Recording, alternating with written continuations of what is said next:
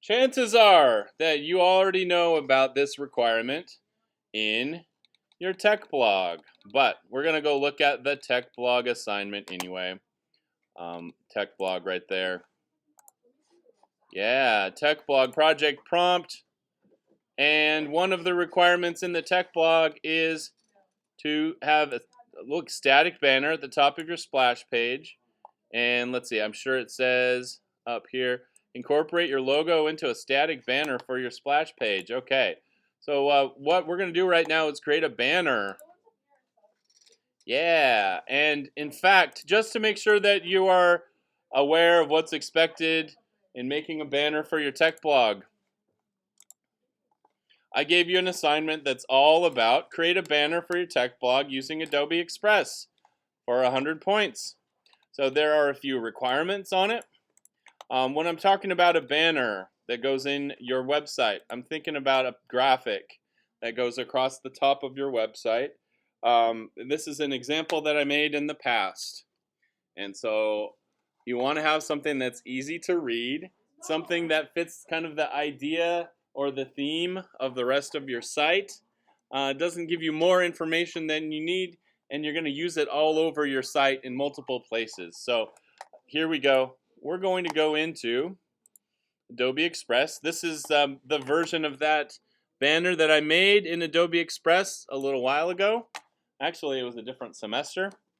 But we're going to go and create one from scratch right the heck now.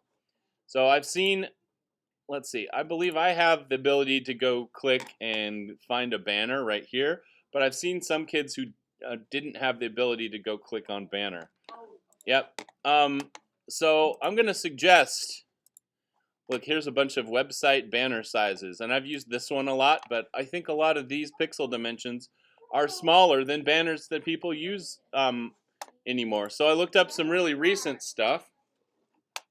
So a lot of times when we talk about banners and websites, it is a piece of real estate on the site that someone pays to use for advertising purposes. So there are different banner sizes that are industry standards that you can pay for.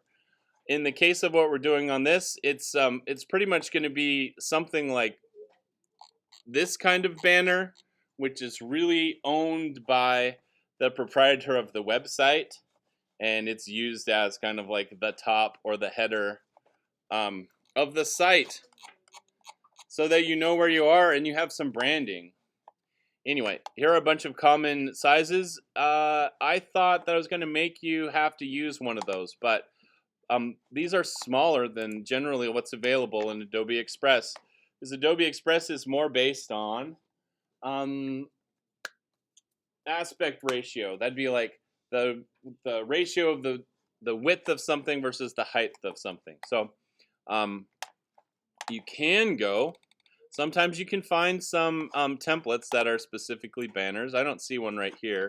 So I would either go hit plus and go click on a banner over here. But you can also just do a custom sized graphic. So I'm going to pick something that, a lot of times we can get these ones, yeah, like banners that are specifically built for different social media platforms. And I think I'm going to do one that isn't like super duper wide, but maybe like a profile cover. I think this will be a good size.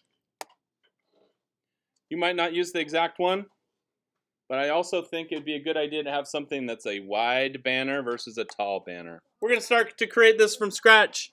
Very first thing that I want to put in this is a couple of images. I think that I will do this first. I'm going to go edit the background. And in the background, I'm actually going to choose an image that I have already. And I don't want to use one of these ones, although you can find some great stuff and you can search for things. I'm actually just going to go upload a photo that I have saved on my computer because I have an idea I want to work with. And let's see, it's in my downloads folder. I think it is this one. Oh, maybe you can see what I'm doing with the banner thing. All right, open.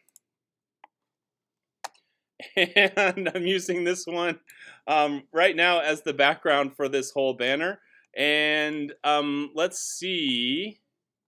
Maybe I can split things. Can I get it any smaller than that? Maybe I can split things and get it to take up part of the space of my background here. And yeah, I'll use a different banner in a different part of this banner. Can I tint it? Yeah, let's go hit tint. And I obviously want to make it blue, right? No, not really. Okay, let's say this is kind of where I'm going with this idea. Let's go this side's going to be either like green or dark green. Okay, cool. I think I want to put a little bit of a graphic in here, so let's go find something. I'm going to go hit text, and we'll see if I can find something, pardon me, in text that kind of fits what I'm going for. Let's go find something that's... I want to narrow my search terms, so I think I'm going to look for action. I like that one. Let's use that one. Now, I don't want it to say exclusive, but I do want to use it with my own text. I want to use the kind of like the graphic concept here. So, losing my voice.